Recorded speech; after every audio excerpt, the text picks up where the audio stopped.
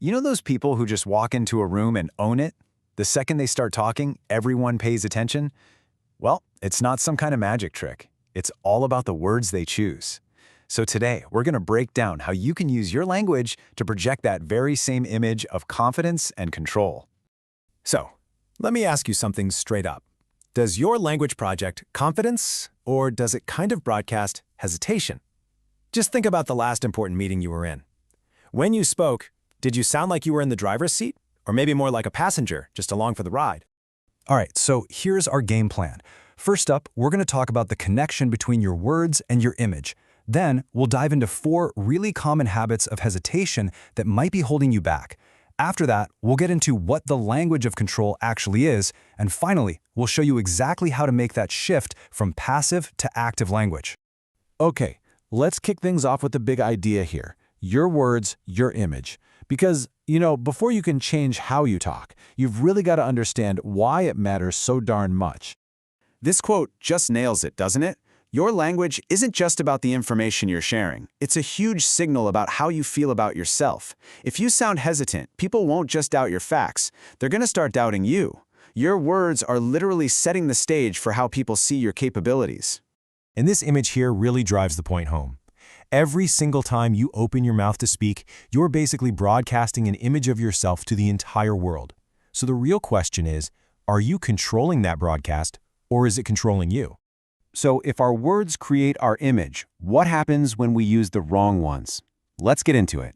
We're going to look at the 4 most common habits of hesitation, those little phrases and verbal tics that can totally undermine your authority without you even realizing it. Okay, here's our first one. On the surface, this sounds totally fine, right? I'm supposed to be in Chicago on Tuesday. But the problem is hiding in that little phrase, supposed to. Yeah.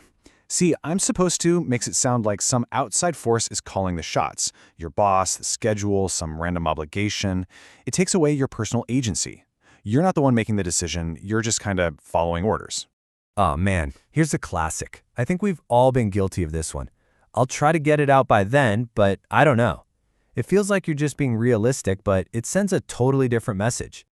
This statement just screams doubt. You're not just saying you're unsure about the task, you're broadcasting doubt in your own ability to get it done. It's a total dodge of commitment, and it can make you sound pretty unreliable. And now for our third habit, a phrase you often hear when someone has to deliver some bad news. This came down from the top. I had nothing to do with it. This one's pretty easy to see through, isn't it? It's a straight-up attempt to duck and weave and avoid any responsibility. Instead of being part of the team, you're making yourself sound like a powerless bystander. And finally, let's look at this 4th example. This one is less about the exact words and more about the delivery. Yeah, well, what really happened there, I think, is All those wells and uhs and I thinks, they're like little credibility killers. They make you sound unsure of your own message, and as a result, your point just loses all of its punch. Okay, enough with the problems. Let's flip this around and talk about the solution. It is time to talk about the language of control, which is all about taking complete ownership of your words. So the solution is to make a very deliberate switch to what we call active language. And this isn't just about sounding a little different. It's about actively choosing words that radiate confidence, that embrace responsibility, and that signal real commitment. So really, it boils down to these key ideas. Use active language, not passive. Accept responsibility, don't run from it. Project an image of confidence, and get rid of any language that signals hesitation or doubt. This is the mindset of a take-control person. And now for the fun part, let's actually put this into practice. We're going to look at exactly how this transformation from passive to active looks and sounds in the real world. All right, check this out. On the left, you've got that passive phrase we just talked about. This came down from the top. Now, look to the right. This is the decision, and you can just imagine finishing that with, and here's how we're moving forward. The difference is huge. One is passing the buck, the other is taking charge.